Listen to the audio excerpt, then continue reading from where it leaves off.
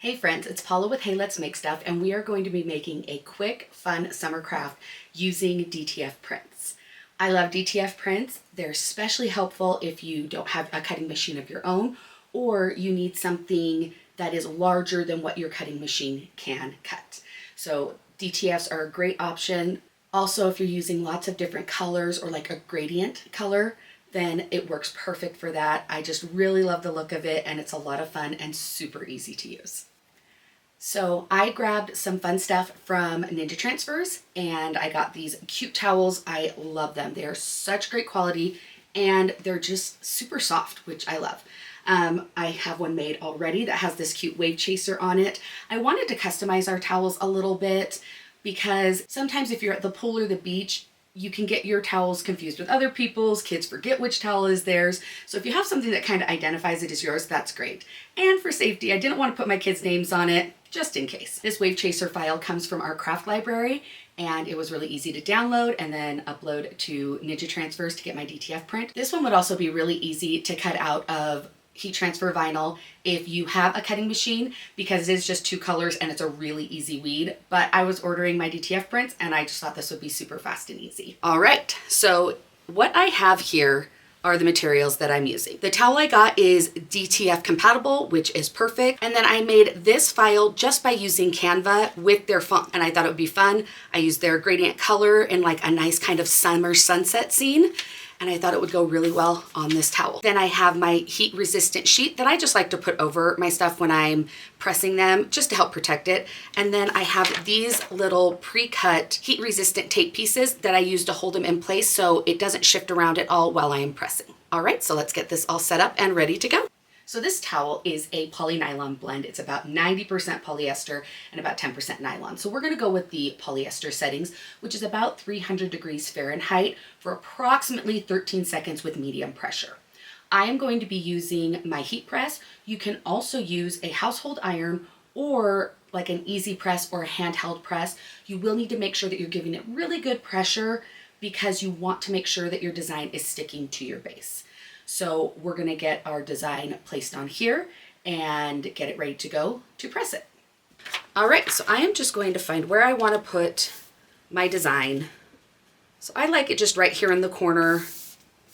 I love that once you press these, you really can't feel it on the material at all. So I am just gonna make sure that's kind of as straight as we can get it. And then I'm going to take my little heat resistant tape pieces. I'm just going to put one on the end here and then one on the other end. I got these heat resistant tape pieces that are pre-cut from Ninja Transfers, and I kind of love that they're pre-cut and I don't have to mess with that. So we have that in place. We're going to put it on our heat press and get it pressed. I love that this heat press, the drawer pulls out so that you can get it centered and where you need it to go on the heat press so that you're not running any risk of burning yourself on the heat plate because it is very hot. All right, so I'm getting that set where I need it. Looks good. And I also like to use heat resistant sheet because I think it's just a little bit of extra protection just in case. So I've got that put on there. We're gonna pull our heat press down. Well, first we're gonna push the drawer in. Then we're gonna pull our heat press down and let it press.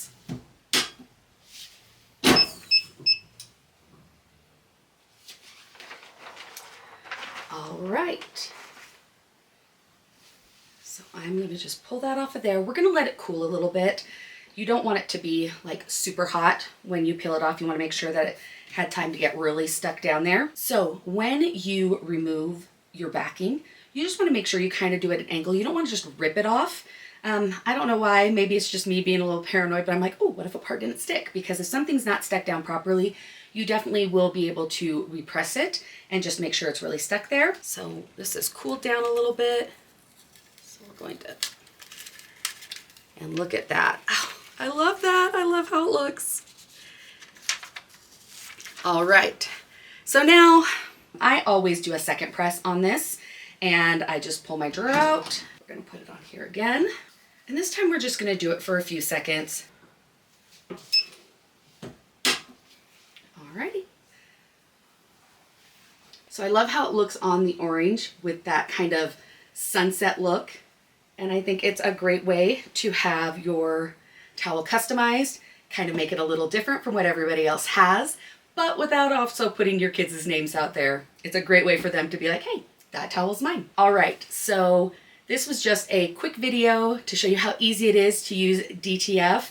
You don't need a ton of materials, you don't need a ton of extra tools. It's really quick and easy, and it can be used with a heat press, a handheld easy press, or another press, or even a household iron.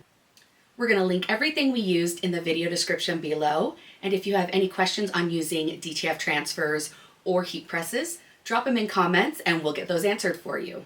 If you found this video helpful, we'd love for you to give us a like. Also, if you'd like more crafting content, be sure that you're following us, and thanks so much for crafting with us today.